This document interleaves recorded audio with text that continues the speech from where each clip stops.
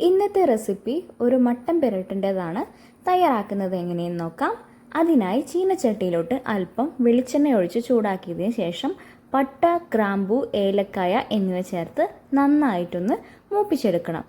ശേഷം പച്ചമുളക്, ഇഞ്ചി, വെളുത്തുള്ളി എന്നിവ നടുകീറിയത് കൂടെ ചേർത്ത് കൊടുത്തിട്ട് നന്നായിട്ടൊന്ന് മൂപ്പിച്ചെടുക്കാം.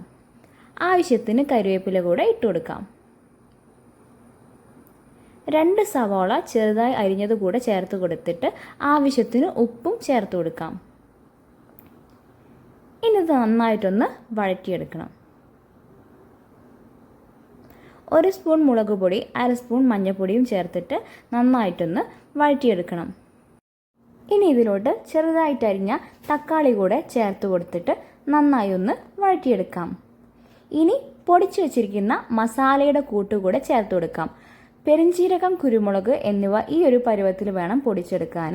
പൊടിയാവാതിരിക്കാൻ വേണ്ടിയിട്ട് ശ്രദ്ധിക്കുക. ഇനി നമുക്ക് ഇത് നന്നായി ഒന്ന് മിക്സ് ചെയ്ത് കൊടുക്കാം. ആവശ്യത്തിന് വെള്ളം കൂടെ ചേർത്തിട്ട് തിള വരാൻ വേണ്ടിയിട്ടൊന്ന് വെയിറ്റ് ചെയ്യാം. ഇനി നമുക്ക് മട്ടൻ്റെ കഷ്ണങ്ങൾ ഇതിലോട്ട് ഇട്ട് കൊടുത്തിട്ട് നന്നായി ഒന്ന് ഇളക്കി യോജിപ്പിച്ച് കൊടുക്കാം.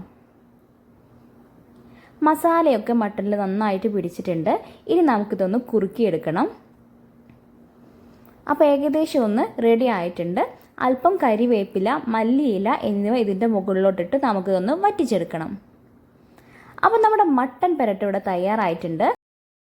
നമ്മുടെ റെസിപ്പി എല്ലാവരും ഒന്ന് ട്രൈ ചെയ്ത് നോക്കുക. വീഡിയോ ഇഷ്ടപ്പെട്ടിട്ടുണ്ടെങ്കിൽ ലൈക്ക് ചെയ്യുക, സബ്സ്ക്രൈബ് ചെയ്യുക. താങ്ക്